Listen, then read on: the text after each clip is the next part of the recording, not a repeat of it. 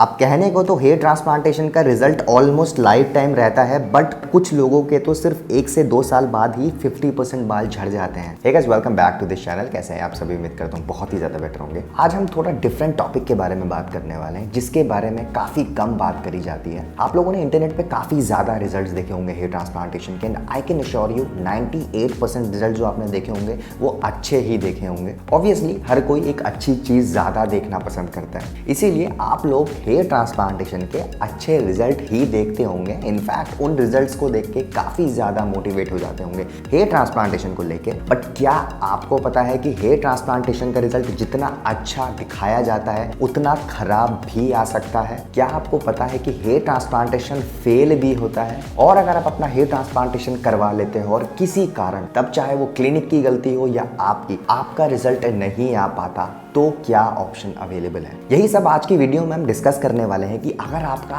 Transplantation fail हो जाता है, अगर आपका ट्रांसप्लांटेशन का रिजल्ट नहीं आ पाता, तो आपके पास क्या क्या ऑप्शंस अवेलेबल हैं। इसीलिए आज की वीडियो काफी ज्यादा इंटरेस्टिंग होने वाली है। वीडियो को स्टार्टिंग से लेकर आप एंड तक देखिएगा। वीडियो में हम काफी इंपॉर्टेंट चीजें डिस्कस करने वाले हैं। दोस्तों वीडियो की तरफ बढ़ते हैं, लेकिन सबसे पहले अगर आप अपना हेयर ट्रांसप्लांटेशन करवाना चाहते हो और आप कंफ्यूज हो, आपको कितने ग्राफ्ट लगेंगे, आपका ट्रांसप्लांटेशन में खर्चा कितना आएगा, आपको ट्रांसप्लांटेशन करवाना चाहिए कि नहीं, और आप भी हेयर ट्रांसप्लांट से रिलेटेड इन्फॉर्मेशन सर्च कर रहे हो, तो आप हमारी वेबसाइट www.besthairhelp.com पर विजिट कर सकते हो। वहां पे आपको ट्रांसप्लांट से रिलेटेड सारी की सारी इन्फॉर्मेशन मिल जाएगी और आप भी अपना ट्रांसप्लांटेशन सक्सेसफुली करवा पाओगे, जैसे कि काफी लोग करवा चुके हैं। नीचे मैंने डिस्क्रिप्शन में लिंक दिया हुआ है वेबसाइट का, आप वहां पे जाके हमसे कॉन्टैक्ट कर सकते हो। देखिए, सॉल्यूशंस की तरफ बढ़ने से पहले हम पहले ये जान लेते हैं कि एक फेल्ड हेयर ट्रांसप्लांटेशन होता क्या है। इन शॉर्ट, आपको पता कैसे चलेगा कि आपका ट्रांसप्लांटेशन फेल हो चुका है? देखिए, आज की वीडियो में हम 2 इंपॉर्टेंट टाइप्स डिस्कस करने वाले हैं जो कि सबसे ज्यादा लोग फेस करते हैं, जिनका हेयर ट्रांसप्लांटेशन फेल हो जाता है, जिन्हें देख के आप आइडेंटिफाई कर सकते हो कि हाँ, मेरा ट्रांसप्लांटेशन फेल हो चुका है। नंबर 1 टाइप होगा uneven density after hair transplantation. Transplantation के बाद डेंसिटी बहुत अजीब आई। दूसरा टाइप होने वाला है hair loss after 1-2 year post hair transplantation, मतलब ट्रांसप्लांटेशन के 1-2 साल बाद ही सारे बाल झड़ गए। तो ये 2 टाइप हम डिस्कस करने वाले हैं। इनके सॉल्यूशंस भी डिस्कस करेंगे। अगर आप इन टाइप से गुजर रहे हो, आपका ट्रांसप्लांटेशन फेल हो गया, तो आपके पास क्या सॉल्यूशन अवेलेबल है। सॉल्यूशन के साथ साथ पेशेंट की जर्नी भी शो करेंगे हम, जिन पेशेंट का ये हुआ था उन्होंने क्या सॉल्यूशन ऑप्ट किया और अब उनकी कंडीशन कैसी है। तो वीडियो काफी ज्यादा इंपॉर्टेंट होने वाली है। नंबर 1 टाइप के बारे में हम डिस्कस कर लेते हैं, जो कि है uneven density after hair transplantation.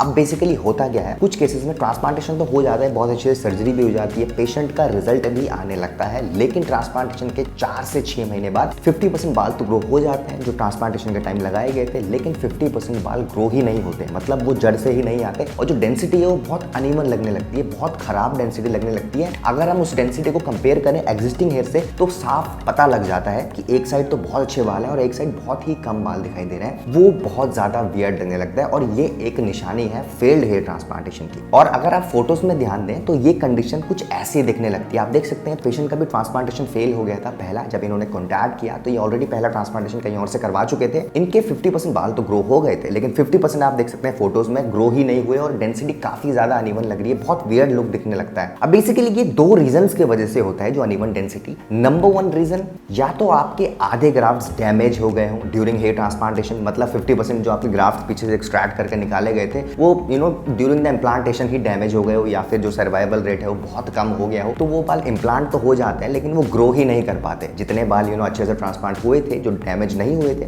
वो तो अच्छे से ग्रो हो जाते हैं, लेकिन बहुत सारे बाल ऐसे हो जाते हैं ड्यूरिंग ट्रांसप्लांटेशन जो डैमेज हो जाते हैं, वो ग्राफ्ट्स डैमेज हो जाते हैं, जिस वजह से जब रिजल्ट आता है तो वो बाल ग्रो ही नहीं होते। एक तो रीजन ये है, और दूसरा रीजन हो सकता है कि ग्राफ्ट का प्लेसमेंट ही अच्छे से नहीं किया गया हो, मतलब जो ग्राफ्ट का प्लेसमेंट किया हो ड्यूरिंग द इम्प्लांटेशन, वहां पे बहुत ज्यादा गैप छोड़े गए हो ताकि आपको जो डेंसिटी हो वो मैच ही ना हो पाए। ऑब्वियसली कोई जानबूझ के तो ये करता नहीं, लेकिन काफी क्लिनिक्स में ऐसा होता है। जब लोग हमें कॉन्टैक्ट करते हैं सेकंड हेयर ट्रांसप्लांटेशन के, उनकी ट्रांसप्लांटेशन के टाइम की जब हम फोटोज मांगते हैं तो वहां पे बहुत ज्यादा गैप्स ऑलरेडी दिखाई देते हैं। अब पेशेंट्स को तो अवेयरनेस होती नहीं है ट्रांसप्लांटेशन को लेकर, वो कहीं भी जाकर अपना ट्रांसप्लांटेशन करवा लेते हैं, लेकिन जब उनका रिजल्ट आने की बारी होती है तो बहुत खराब उनका रिजल्ट आ जाता है। दूसरा बहुत इंपॉर्टेंट रीजन ये हो सकता है कि आपका जो ग्राफ्ट का प्लेसमेंट हो वो अच्छे से नहीं किया गया हो, बहुत गैप्स छोड़े हो, एक proper density, proper dense packing जिसको बोली जाती है वो अच्छे से नहीं की गई हो, जिस वजह से जो रिजल्ट आता है उसमें बहुत सारे गैप्स दिखाई देते हैं। आप फोटोज में देख सकते हो। अब अगर हम बात करें इस कंडीशन के सॉल्यूशन की, अगर अनफॉर्चुनेटली आपने कहीं ट्रांसप्लांटेशन ऐसा करवा लिया और आपकी अनइवन डेंसिटी आ गई, आपका ट्रांसप्लांटेशन फेल हो गया, इस टाइप से अगर आप गुजर रहे हो, जैसे ये पेशेंट गुजर रहे थे, तो अब इसका सोल्यूशन क्या है? अब देखिए इसका एक बहुत सिंपल सोल्यूशन होता है और वन टाइम सोल्यूशन ही होता है जिसको हम सेकंड सेशन बोलते हैं। अब बहुत किस्मत वाले वो लोग होते हैं जो सेकंड सेशन ले पाते हैं, जिनके पास डोनर एरिया अवेलेबल होता है। अब बेसिकली होता क्या है, काफी लोग ट्रांसप्लांटेशन करवा लेते हैं बिना किसी अवेयरनेस के, और जहां से वो ट्रांसप्लांटेशन करवाते हैं उनका एक्सट्रैक्शन तो बहुत ज्यादा ग्राफ्ट तो निकाल देते हैं पीछे, सपोज 4000 ग्राफ्ट निकाल दिए, लेकिन जब वो ग्राफ्ट इम्प्लांट करे जाते हैं तो 50% ग्राफ्ट तो डैमेज हो जाते हैं। अब एक बार अगर पीछे से 4000 ग्राफ्ट निकल गए तो पीछे डोनर एरिया में तो ग्राफ्ट बचेंगे नहीं। तो अनफॉर्चुनेटली बहुत सारे ऐसे लोग होते हैं जो फेल्ड ट्रांसप्लांटेशन के बाद दूसरा ट्रांसप्लांटेशन करवा ही नहीं पाते,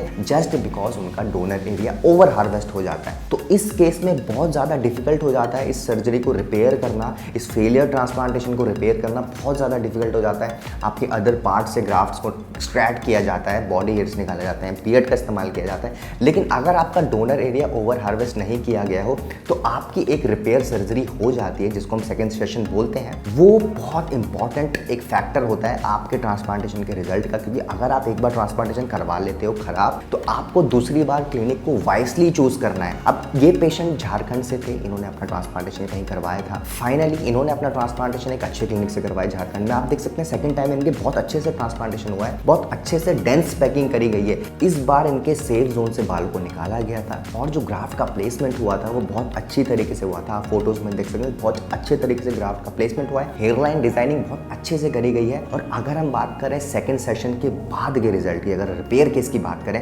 तो आप देख सकते हैं पेशेंट का बहुत अच्छा इस बार रिजल्ट आया है। Patient is very happy. इनका एक ट्रांसप्लांटेशन फेल हो गया था, लेकिन फॉर्चुनेटली इनका जो डोनर एरिया था वो अच्छा अवेलेबल था, जिस वजह से इनका रिपेयर के बाद बहुत अच्छा रिजल्ट आया। आप देख सकते हैं अगर हम कंपेयर करें बिफोर आफ्टर को तो बहुत अच्छी तरीके से इस बार इनकी डेंसिटी आई है। अगर आपका ट्रांसप्लांटेशन फेल हुआ है अनइवन डेंसिटी के साथ तो आप रिपेयर केस करवा सकते हो, पर अगर आप रिपेयर केस के लिए जा रहे हो तो प्लीज क्लिनिक वाइजली चूज करें, एक ऐसा क्लिनिक चूज करें जहां पे वो रिपेयर केस को अच्छे से कर पाए। अब अगर हम दूसरे कंडीशन के बारे में बात करें जो कि बहुत ज्यादा देखा जाता है एक फेलियर हेयर ट्रांसप्लांटेशन में, वो है हेयर लॉस आफ्टर 1 2 ईयर। अब बेसिकली होता क्या है, वैसे तो कहने को hair transplantation is a permanent solution, almost permanent इसको कह सकते हैं। मतलब जो ट्रांसप्लांटेड हेयर होते हैं वो सेफ जोन से निकाले जाते हैं और उनकी लाइफ कम से कम 20 to 25 ईयर होती है। लेकिन अनफॉर्चुनेटली कुछ केसेस में क्या होता है कि ट्रांसप्लांटेशन तो आपका हो जाएगा अच्छे से, रिजल्ट भी आ गया 6 से 7 महीने तक, बहुत अच्छी डेंसिटी आई। अनफॉर्चुनेटली 1 से 1.5 साल में वो सारे बाल झड़ने लगते हैं और वो बहुत ज्यादा डीमोटिवेटिंग हो जाता है। अब एक पेशेंट सपोज ट्रांसप्लांटेशन करवा रहा है, उसने अच्छे खासे पैसे खर्च करे, उसने टाइम भी दिया है अपनी सर्जरी को, केयर भी अच्छे से करी है, उसका रिजल्ट भी अच्छा आ गया। अब होने क्या लगता है 6 से 7 महीने बाद उसका हेयर लॉस दोबारा से होने लगता है। मैं एग्जिस्टिंग हेयर की बात नहीं कर रहा हूँ, मैं ट्रांसप्लांटेड हेयर की बात कर रहा हूँ। वो बाल भी दोबारा से झड़ने लगते हैं और वो बहुत ज़्यादा डिप्रेसिंग होने लगता है। और हाँ, ये सच है, बहुत ज़्यादा लोग इस चीज़ों से गुजरते हैं। अब सपोज कोई इस चीज़ से गुजर रहा है तो ऑब्वियसली हर किसी को यही बोलेगा hair transplantation is not a permanent solution. वो यही बोलेगा मैंने ट्रांसप्लांटेशन करवाया, 1 से 1.5 साल बाद मेरे सारे बाल झड़ गए। और ये बहुत बड़ा मिथ एक बन जाता है और लोगों के अंदर ये बहुत बड़ा डिलेमा क्रिएट हो जाता है कि transplantation is not a permanent solution. जबकि ये जो फेलियर हुआ था इसका एक बहुत बड़ा रीजन था जो कि है extraction from the unsafe zone. अब देखिए हेयर ट्रांसप्लांटेशन का एक सिंपल फंडामेंटल होता है, ट्रांसप्लांटेशन का जो ग्राफ्ट का एक्सट्रैक्शन होता है वो एक सेफ जोन से होता है। सेफ जोन ऑब्वियसली एक डिफाइंड एरिया होता है हर पेशेंट में जो कि डीएचटी अनअफेक्टेड होता है। वहाँ पे जो डीएचटी होता है वो उतना ज़्यादा इफेक्ट नहीं करता as compare to rest of the areas. अब बेसिकली होता क्या है, जब वहाँ से ग्राफ्ट्स निकाले जाते हैं, उन ग्राफ्ट्स को आपके बॉल्डनेस वाले एरिया में लगाया जाता है तो वो बाल पे कभी भी डीएचटी इफेक्ट नहीं करता, जिस वजह से बाल वो ऑब्वियसली 20 से 25 साल चल जाते हैं, काफ़ी लोगों के लाइफ टाइम भी चलते हैं। अब अनफॉर्चुनेटली होता गया है कुछ क्लिनिक्स में जो ग्राफ्ट का एक्सट्रैक्शन होता है वो सेफ जोन से होता ही नहीं। अब बहुत ज़्यादा मैंने ऐसे केसेस देखे हैं जहाँ पे ग्राफ्ट का एक्सट्रैक्शन सेफ जोन से नहीं होता, वो इधर उधर से बाल लेने लगते हैं। तो वो बाल अगर सेफ जोन से नहीं लिए गए तो इनिशियली तो वो ग्रो कर जाएंगे, बॉल्डनेस कवर कर देंगे, लेकिन उन पर जब डीएचटी इफेक्ट करने लगेगा तो वो बाल दोबारा से झड़ने लगते हैं। और ये बहुत ज़्यादा डिमोटिवेटिंग और फ्रस्ट्रेटिंग हो जाता है पेशेंट्स के लिए कि वो इतना ज़्यादा पैसा खर्च करके, इतना ज़्यादा टाइम इन्वेस्ट करके अगर ट्रांसप्लांटेशन करवा रहे हैं फिर भी उनके रिजल्ट जो हो वो परमानेंट ना हो। तो ये एक बहुत बड़ा रीज़न होता है हेयर लॉस का ट्रांसप्लांटेशन के 1 से 2 साल बाद, कि अगर आपका एक्सट्रैक्शन जो ट्रांसप्लांटेशन के टाइम आपका एक्सट्रैक्शन किया हो वो सेफ जोन से नहीं लिया हो तो वो बाल आपके दोबारा से झड़ने लगेंगे। आपने अगर ऐसे केसेस देखे हैं तो इसका एक सिंपल रीजन आप समझ लीजिए कि अगर आपका एक्सट्रैक्शन सेफ जोन से नहीं किया गया हो तो वो बाल 1 से 2 साल बाद डेफिनेटली झड़ जाएंगे। तो ये एक बहुत बड़ा रीज़न होता है। और अगर अनफॉर्चुनेटली आपके साथ या आपके किसी नोन के साथ ये चीज़ हो जाती है, उनका ट्रांसप्लांटेशन फेल हो जाता है इस कारण, तो इसका भी एक बहुत सिंपल सा सोल्यूशन है जो कि है सेकंड सेशन। अब इस केस में भी सेकंड सेशन आपको लेना पड़ता है। इस केस में भी बहुत चीज़ें डिपेंड करती है। अगर आपके पास डोनर एरिया अवेलेबल है तो डेफिनेटली आपका बहुत अच्छे से ट्रांसप्लांटेशन हो जाएगा सेकंड सेशन। अनफॉर्चुनेटली अगर आपके पास डोनर एरिया अवेलेबल नहीं है तो आपको भी अदर बॉडी पार्ट से तो हेयर को एक्सट्रैक्ट करना पड़ेगा, जिससे हो सकता है आपके पास उतने ग्राफ्ट्स ना हो जितने आपको ज़रूरत हो। तो ये चीज़ें बहुत इंपॉर्टेंट थी जो मैंने आपको आज की वीडियो में डिस्कस करी। ये चीज़ें आपको ख्याल रखनी चाहिए। हम तो हमेशा आपको ये बोलते हैं आप पहला ही ट्रांसप्लांटेशन एक अच्छे क्लिनिक से करवाओ। आप रिस्क ऑब्वियसली लो ही मत। आप फर्स्ट टाइम ही ट्रांसप्लांटेशन करवाओ और आपका रिजल्ट ऑलमोस्ट लाइफ टाइम हो। मैंने खुद का ट्रांसप्लांटेशन लगभग 3.5 साल पहले करवाया था। 4 साल होने वाले मेरे ट्रांसप्लांटेशन को, 1 टाइम ही ट्रांसप्लांटेशन करवाया था। And you can see my result अभी भी बिल्कुल वैसा ही है, जस्ट बिकॉज मैंने कुछ पैरामीटर्स को फॉलो किया। कुछ चीज़ें ऐसी थी जो मैंने रिसर्च कर रखी थी। और ऑब्वियसली हम अपनी वेबसाइट में भी इसी चीज़ पे फोकस रखते हैं कि अगर आप कुछ इंपॉर्टेंट चीज़ों को ध्यान दें एंड क्लिनिक को वाइजली चूज करें तो आपका फर्स्ट टाइम में एक अच्छा रिजल्ट आएगा। आपको सेकंड सेशन की जरूरत ही नहीं पड़ने वाली। सो गाइस, ये थी आज की वीडियो। उम्मीद करता हूँ आपको आज की वीडियो पसंद आई होगी। अगर आपको आज की वीडियो पसंद आई है तो हमारी वीडियो को लाइक करिए, अपने फ्रेंड्स के साथ ज़्यादा से ज़्यादा शेयर करिए। एंड अगर आप फर्स्ट टाइम हमारे चैनल में आ रहे हैं तो प्लीज़ हमारे चैनल को सब्सक्राइब कर दीजिए, क्योंकि आने वाले टाइम में बहुत सारी ऐसी वीडियोज़ लाने वाले हैं जिनकी नोटिफिकेशन डायरेक्टली आपके फ़ोन में पहुँच जाएगी। Thank you so much for watching guys.